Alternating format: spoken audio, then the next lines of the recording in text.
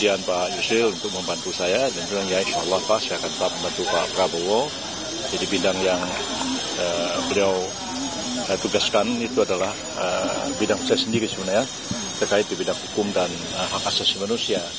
Jadi sekarang ini ditarik ke atas jadi ada Menko yang menangani masalah hukum dan HAM itu yang tugas-tugasnya nanti akan mencakup juga selain Kementerian Hukum dan HAM tapi juga ada kementerian lain, lembaga-lembaga lain yang internal pemerintah ya, imigrasi yang juga akan keluar dari Kementerian Hukum dan HAM dan kemudian lembaga pemasyarakatan juga akan keluar dari di bawah koordinasi dari Kemenko Hukum dan HAM. Dan juga kita tahu bahwa yang terkait dengan penegakan hukum itu akan dikoordinasikan bersama-sama sepanjang itu merupakan satu lembaga yang berada di bawah pemerintah. Seperti misalnya juga kejaksaan, kepolisian, KPK tentu tidak, karena KPK adalah lembaga yang independen berada di luar pemerintah. Berarti Pak Yusril tetap di bidang hukum dan HAM nih Pak? Ya. Menteri Hukum dan HAM berarti apa ya? Bukan, Menko. Berarti ini Menko baru ya? Ya, jadi Menko Polhukam yang selama ini ada itu dipecah dua, ada Menko Politik dan Keamanan, dan satu lagi adalah Menko Hukum dan HAM. Pak, ada dua. Ada kisi-kisinya nggak atau apa gitu? Nggak ada. Kenapa Polhukam itu kemudian dipecah? Oh, enggak dijelaskan. Dan itu memang sudah diskusikan sejak lama oleh tim dan hari ini enggak lagi mendiskusikan masalah itu. Tapi kalau dari pandangan memang semestinya dipecah atau seperti apa, Prof?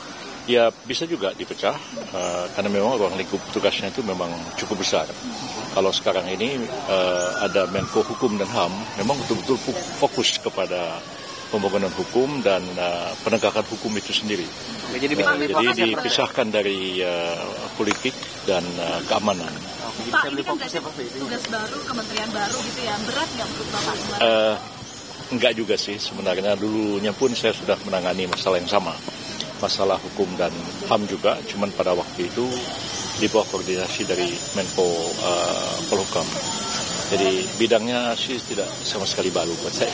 Pak Yusril, tadi di dalam pada saat pertemuan dengan Pak Prabowo, apakah menandatangani fakta integritas Pak? Oh sudah, itu sudah ditandatangani beberapa waktu yang lalu. Jadi hari ini sudah tidak ada penandatanganan apa-apa.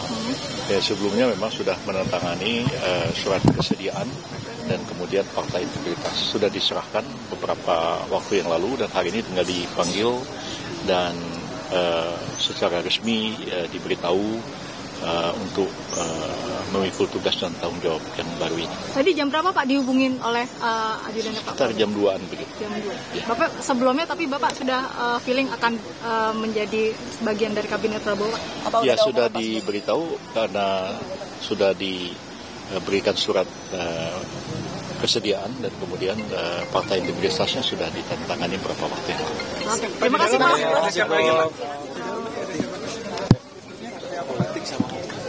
Masih ada di dalam Pak Iskandar. Oh di dalam masih ada beberapa tokoh Pak Pak Bahlil sudah selesai ya. Kemudian ada Pak Pak Zul sudah selesai. Kemudian ada lagi Pak Muhaimin Iskandar barusan datang. Kemudian ada Pak siapa lagi ya dari Muhammadiyah tadi Pak Muti ya.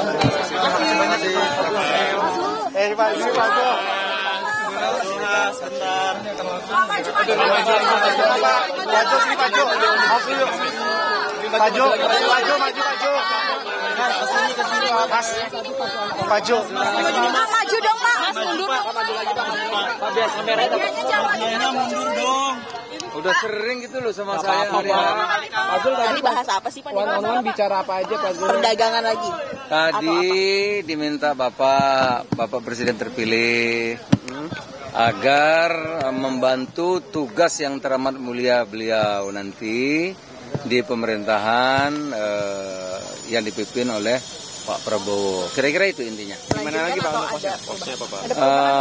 Nanti Bapak yang akan mengumumkan Pak Presiden terpilih. Spesifiknya bahas apa Pak? Ya paling tidak Pak Prabowo kan sudah lama ini ingin kita tidak punya waktu yang panjang gitu. waktunya pendek kan, agar kita bisa suasembada pangan, agar kita bisa jadi negara maju sekurang-kurangnya 2045 kira-kira begitu. Pak Zul berarti Menko Pangan ya Pak? Pak Zul katanya Menko Pangan ya Pak? Bidangnya nanti Bapak Prabowo yang akan menyampaikan. Menko atau Menteri Pak? Menko atau Menteri Pak? Pak Menko ini berarti Menko.